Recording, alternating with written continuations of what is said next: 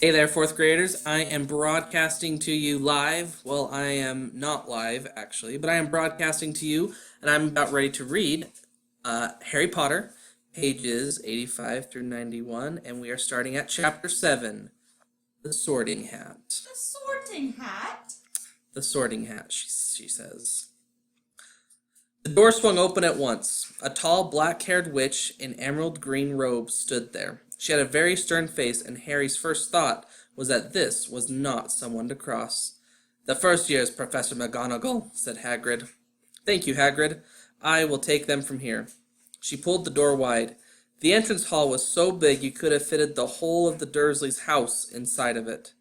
The stone walls were lit with flaming torches like the ones at Gringotts. The ceiling was too high to make out, and a magnificent marble staircase facing them led to the upper floors.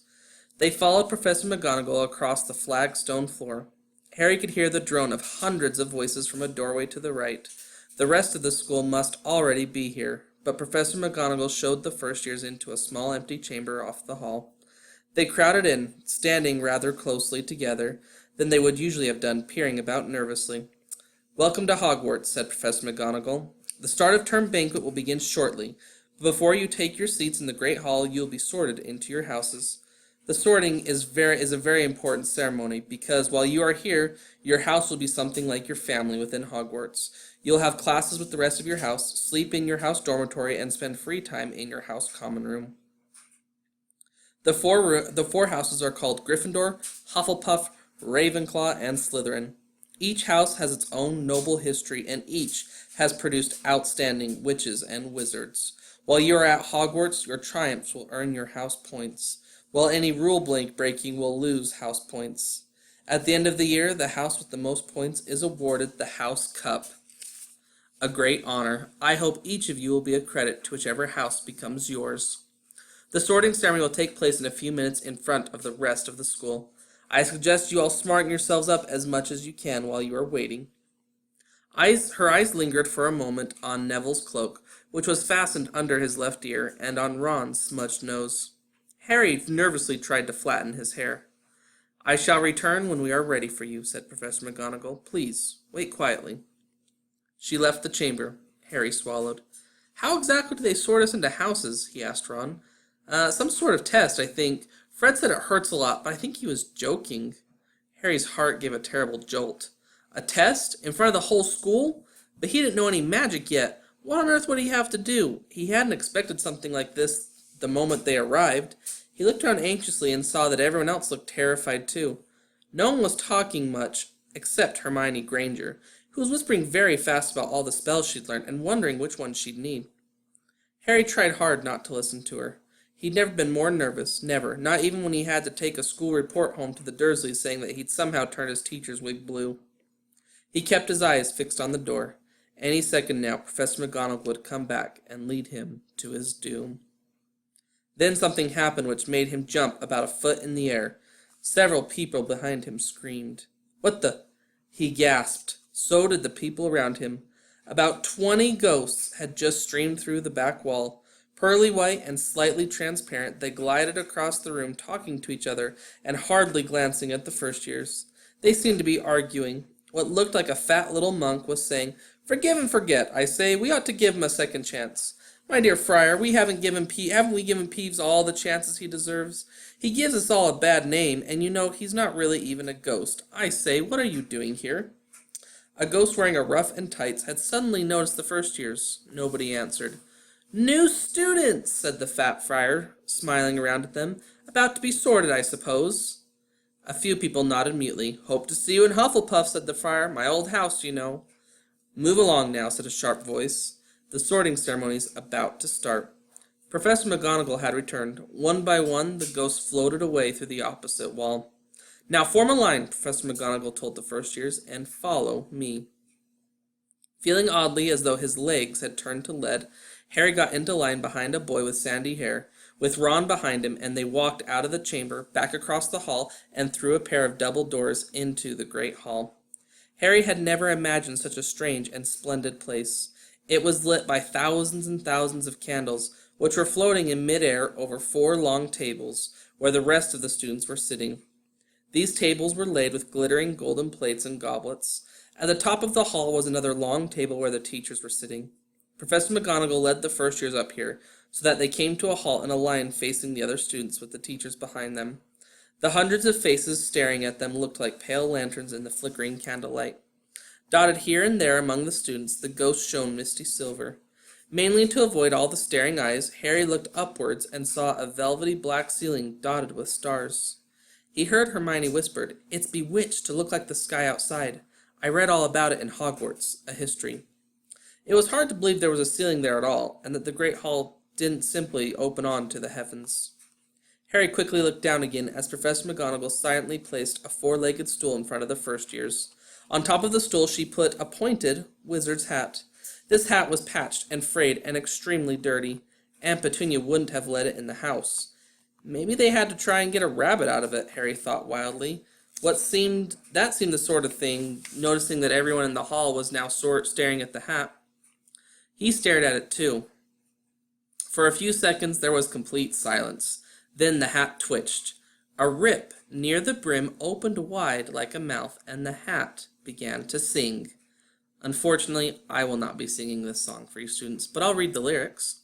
"Oh, you may not think I'm pretty, but don't judge on what you see. I'll eat myself if you can find it. I'll eat myself if you can find a smarter hat than me. You can keep your bowlers black, your top hat sleek and tall, for I'm the Hogwarts sorting hat, and I can cap them all. There's nothing hidden in your head the sorting hat can't see. So try me on, and I will tell you where you ought to be. You might belong in Gryffindor, where dwell the brave at heart. Their daring nerve and chivalry set Gryffindors apart. You might belong in Hufflepuff, where they are just and loyal. Those patient Hufflepuffs are true and unafraid of toil. Or yet in wise old Ravenclaw, if you've already mind, where those of wit and learning will always find their kind. Or perhaps in Slytherin you'll make your real friends.